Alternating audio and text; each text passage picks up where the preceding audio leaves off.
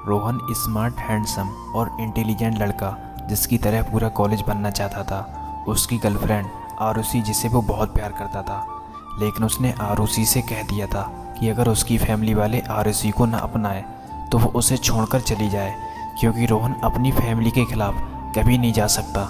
लेकिन आश्चर्य की बात यह थी कि आरुषि भी बिल्कुल ऐसी ही सोचती थी, इसलिए तो शायद लोगों ने मेड फॉर ईच अदर कहते थे।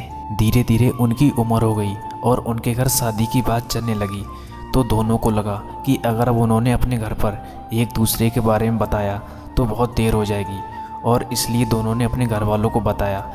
लेकिन दोनों के घर वालों ने सीधे मना कर दिया और घर वालों की मर्जी से शादी करने को कहा। और दोनों ने जैसा कि बात किया था कि जब घर वाले हमारी शादी नहीं करेंगे तो हम अलग हो जाएंगे, वो लोग अलग हो गए। कुछ दिन बाद रोहन अपनी फैमिली के साथ लड़की देखने चला गया, लेकिन वो बहुत दुखी था। वो इतना दुखी था कि जब वो लड़की रोहन के लिए पानी लेकर आई तो रोहन ने उसे बिना देखे पानी ले लिया।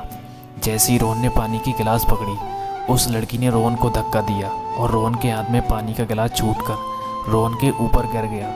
जब उसने गुस्से में लड़की की तरफ देखा, लेकिन वो 2 पल के लिए हैरान और फिर खुश हो गया, क्योंकि वो लड़की और कोई नहीं आरुषि थी। घर वालों के कहने पर आरुषि उसे बाथरूम ले गई और फिर दोनों ज़ोर ज़ोर से हंसने लगे।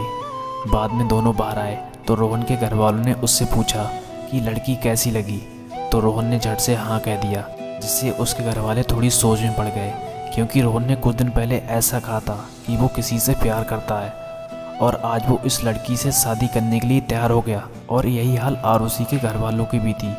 वो भी इस बात से हैरान थे कि कुछ दिन पहले ही उसने कहा था कि वो किसी और से प्यार करती है, और आज फिर दोनों के घर वालों ने सोचा कि चलो अच्छी बात है, क्योंकि बच्चों की खुशी में घर वालों की खुशी होती है।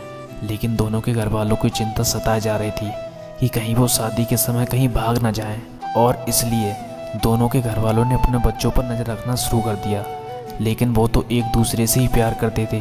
वो एक दूसरे से अब तो खुलकर मिल भी सकते थे और बातें भी कर सकते थे, और वो करते भी थे।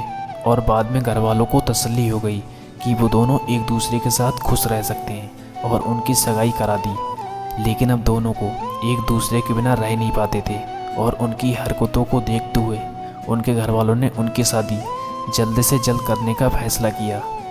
रोहन और आरुषि दोनों अपने प्यार को अपनी फैमिली के लिए कुर्बान करने को तैयार थे।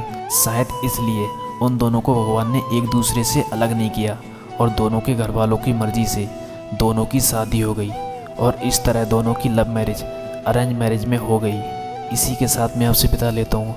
दोस्तों, कैसी लगी ये कहानी हमें कमेंट करके ज़रूर बताएं।